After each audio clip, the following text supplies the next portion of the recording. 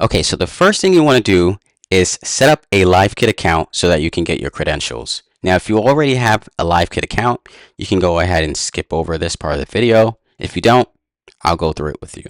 So the first thing you want to do is head over to livekit.io. From there, you can go ahead and start building for free. I'm going to go ahead and sign in with my Google account.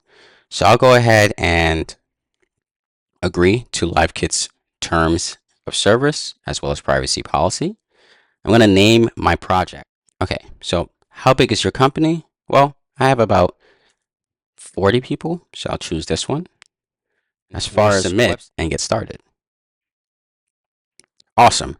So at this point, you'll have your Livekit dashboard, which you can utilize to go ahead and access your credentials, see some of your metrics, a lot of other things. But let's get right to it. Here, if I head over to settings, and then I head over to API keys. Now, it looks like there isn't much here, but if you actually click on this, and then you hit the reveal button, you'll be able to see your Livekit credentials.